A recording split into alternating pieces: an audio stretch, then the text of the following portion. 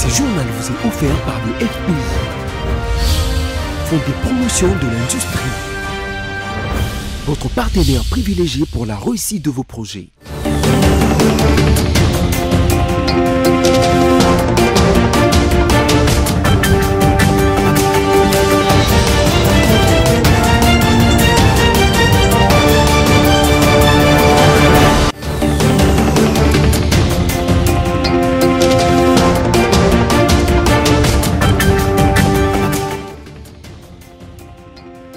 Mesdames, Messieurs, bonsoir et bienvenue à cette grande édition du journal sur votre chaîne BC Télévision. Place au sommaire.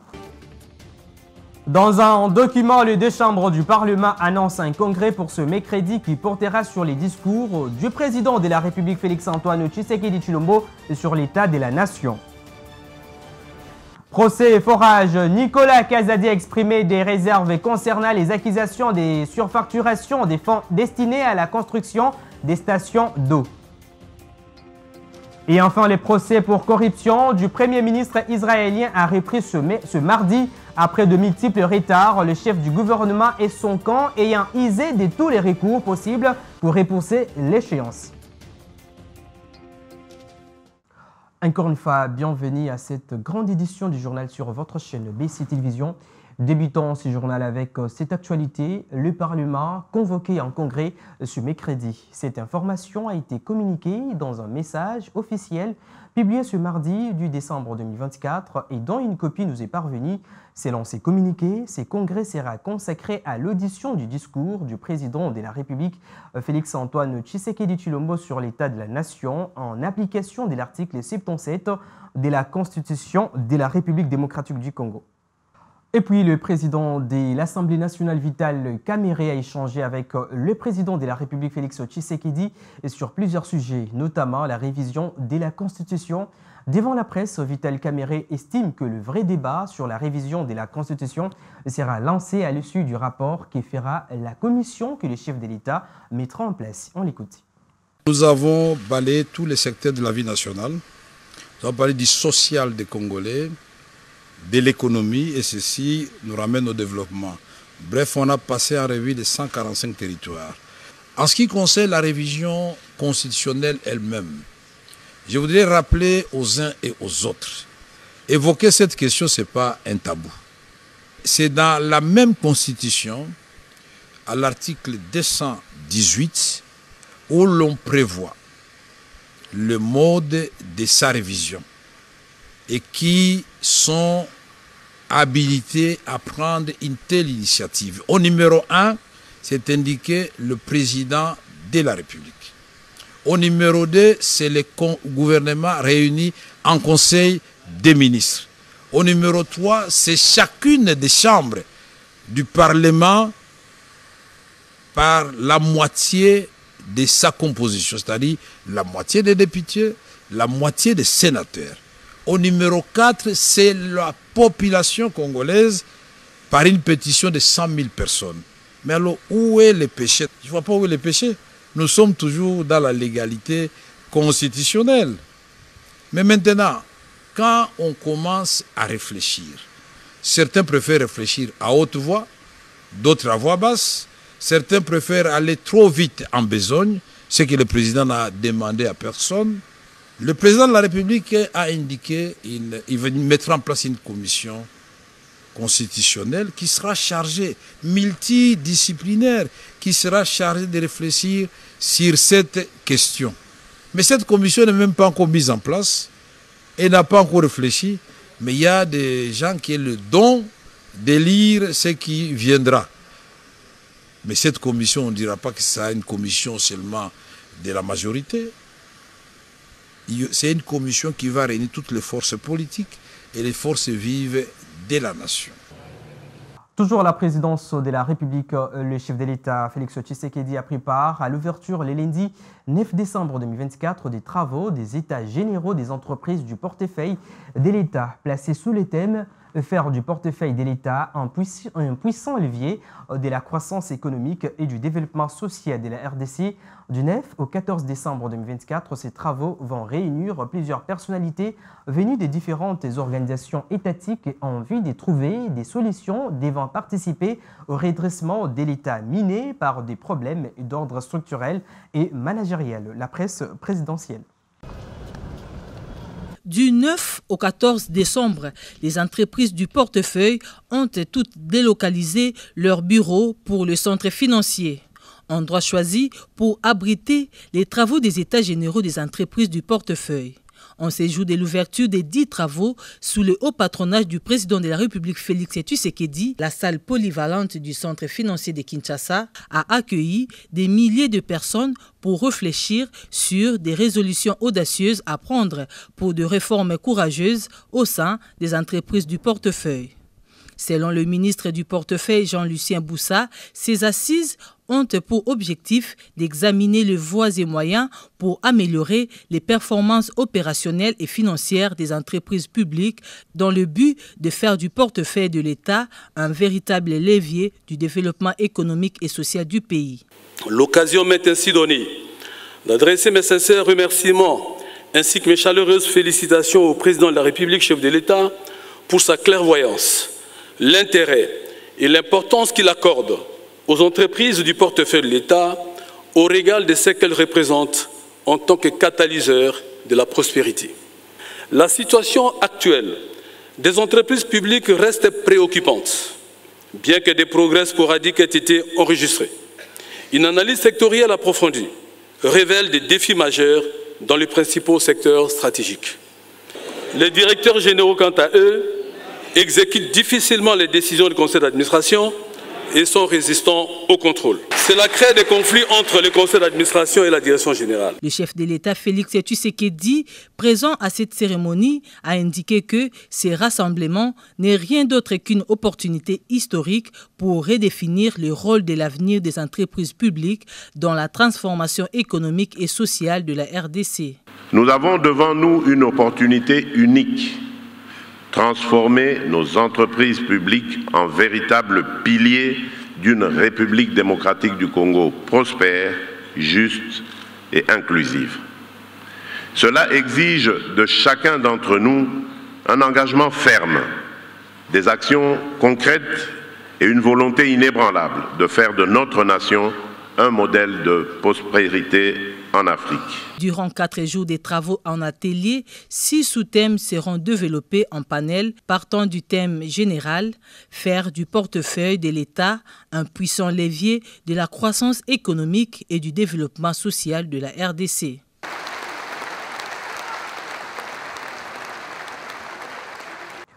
Bonne nouvelle pour les foyers congolais. Le gouvernement souminois a annoncé la baisse de prix des produits de première nécessité, mais aussi des mesures concrètes fiscaux pour favoriser des prix accessibles sur le marché. Ginette Fika pour plus de détails. Une diminution significative de prix des biens de première nécessité sera observée dès ce mardi. Cela est fait 3 mois après l'annonce faite par le gouvernement souminois sur les mesures prises à ces sujets. Cette annonce a été faite au cours de la réunion que le gouvernement a eue avec le principal importateur sous la supervision de la première ministre Judith Suminwa-Tuluka. Parmi les produits concernés, on retrouve la farine de maïs, les riz, les laits en poudre, du sucre, la viande, les chinchards, les poulets, ainsi que le cuisse de poulet. Notons que ces baisses seront de 5 à 11%. À en croire le ministre de l'économie Moukoko Samba, cette mesure n'a pas été prise seulement pour le fête de fin de l'année.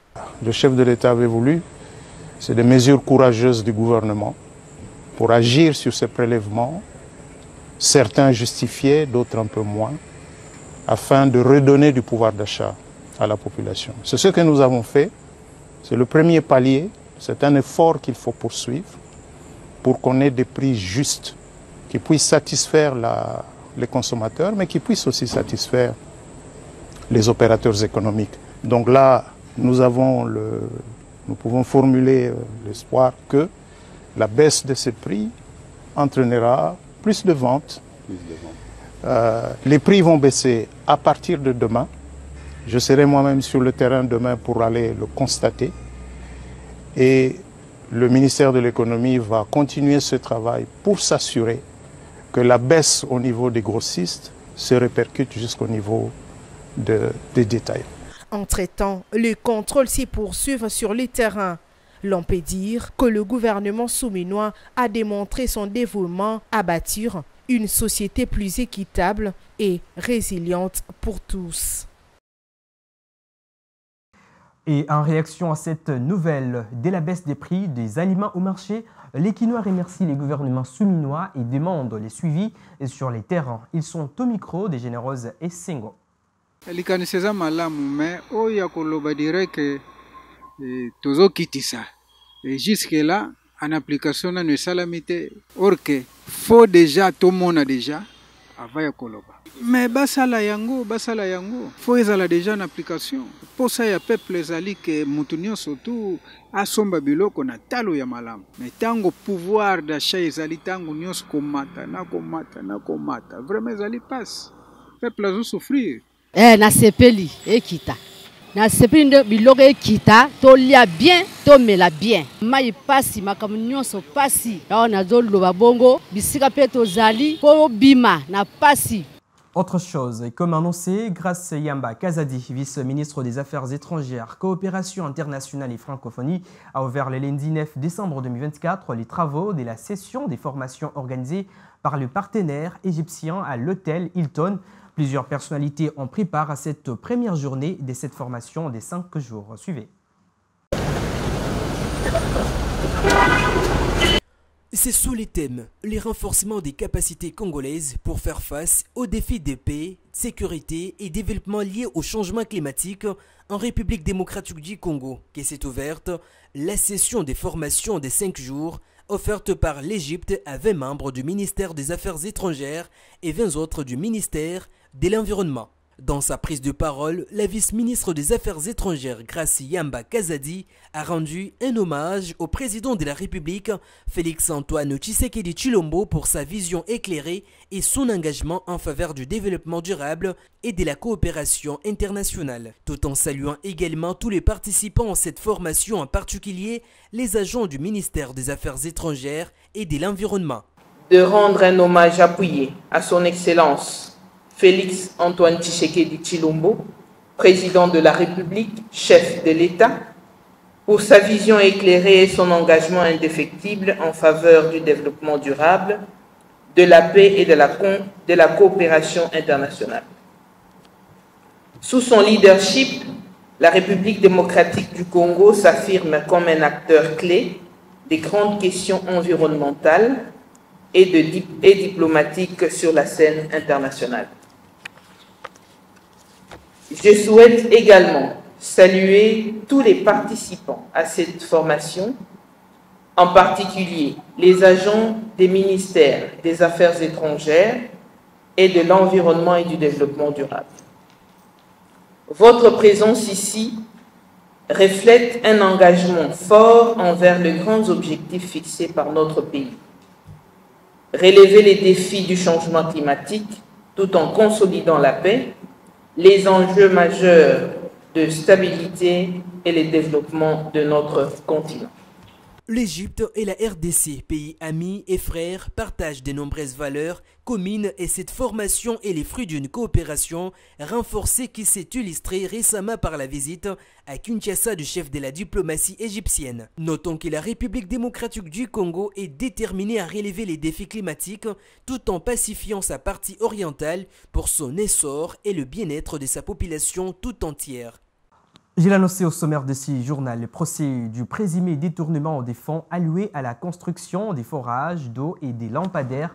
On en parle encore dans ce journal. Face au juge dans la journée d'hier, l'ex-ministre des Finances Nicolas Kazadi a donné sa version des faits. À l'en croire, ces derniers, une fois de plus, rejettent toutes les accusations à sa charge devant la Cour des cassations. On l'écoute. Comme j'ai déjà eu l'occasion de le dire au niveau parquet pendant l'instruction, je ne suis pas qualifié pour attester qu'il y a eu surfacturation ou non. Je n'ai pas cette qualification et le ministère des Finances que je dirigeais ne l'avait pas non plus. Mais dans les discussions que nous avions avec le collègue du budget et du développement rural et le prestataire, j'ai eu l'occasion de leur faire remarquer, ce n'était une observation, la différence de prix par rapport à deux types de contrats similaires. Un contrat d'installation de stations de forage et de distribution d'eau fait dans le cadre d'un projet financé par la Banque africaine de développement qui a été l'objet d'un appel d'offres international. Et je leur ai fait remarquer simplement ceci. Je dis, c'est à peu près les mêmes ouvrages que vous faites, mais dans le cas de projet BAD, les ouvrages prévoient jusqu'à 7 km d'extension des réseaux et une capacité de stockage beaucoup plus importante. Et compte tenu de cela, peut-être que votre prix moyen peut être élevé. Mais c'était une observation, une discussion de bonne foi. Ce n'était ni une injonction, ni une contrainte, une discussion de bonne foi. Et je leur ai fait remarquer que dans le cadre de l'entreprise de la BAD, le prix par station variait entre 392 000 $ et presque 700 000 $, 600 et quelques mille dollars, presque 700 000. C'est une observation de bonne foi. C'est tout ce que j'ai fait comme remarque sur le prix. Et parlons de l'épidémie Mpox. Le ministre de la Santé publique, Hygiène et Prévoyance sociale, le Dr Samuel Rojinkamba, a lancé le premier cours annoncé sur cette épidémie en collaboration avec la plateforme des recherches internationales en santé mondiale et l'Institut national des recherches biomédicales.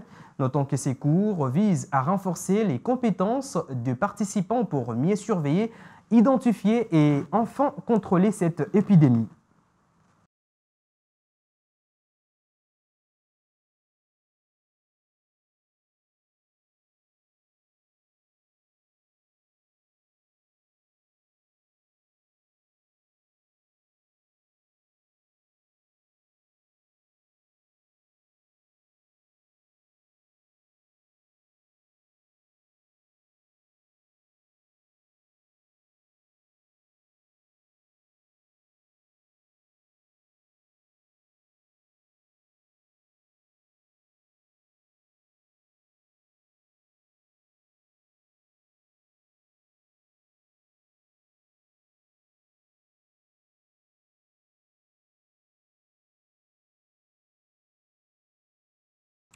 Et en dehors de nos frontières, Benjamin Netanyahou est le premier chef du gouvernement israélien en exercice à être jugé au pénal pour corruption, fraude et abus de confiance. Il est arrivé ce mardi 10 décembre 2024 au tribunal de Tel Aviv pour répondre aux accusations.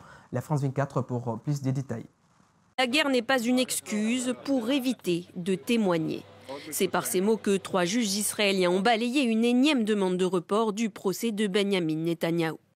Après plus de 4 ans d'une longue procédure, le dirigeant israélien ne peut plus reculer. Il doit comparaître en tant qu'accusé pénal pour plusieurs affaires de corruption.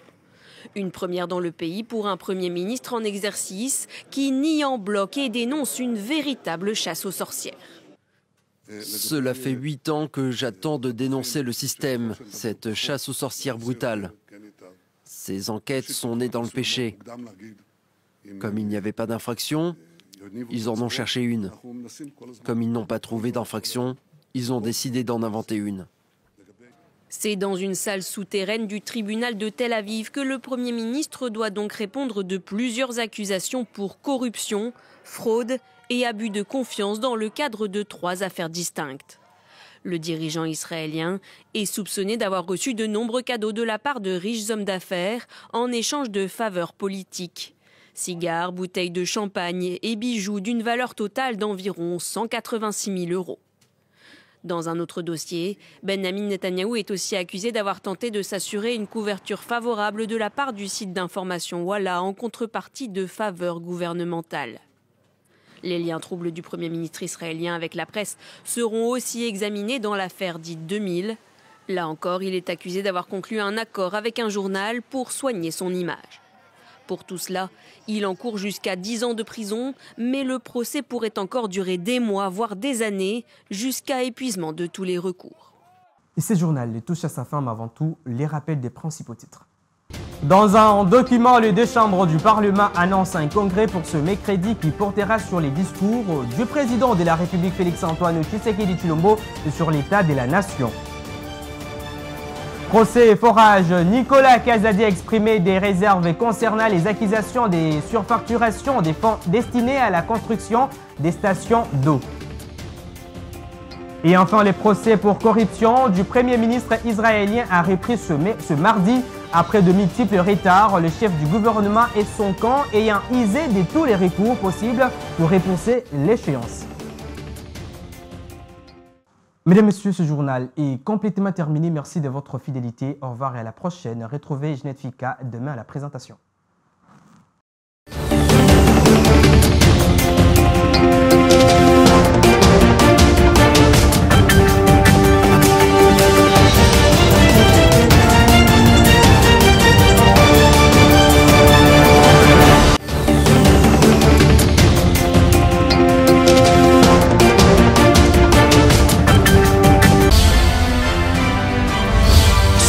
Vous a été offert par le FPI, Fonds de promotion de l'industrie, votre partenaire privilégié pour la réussite de vos projets.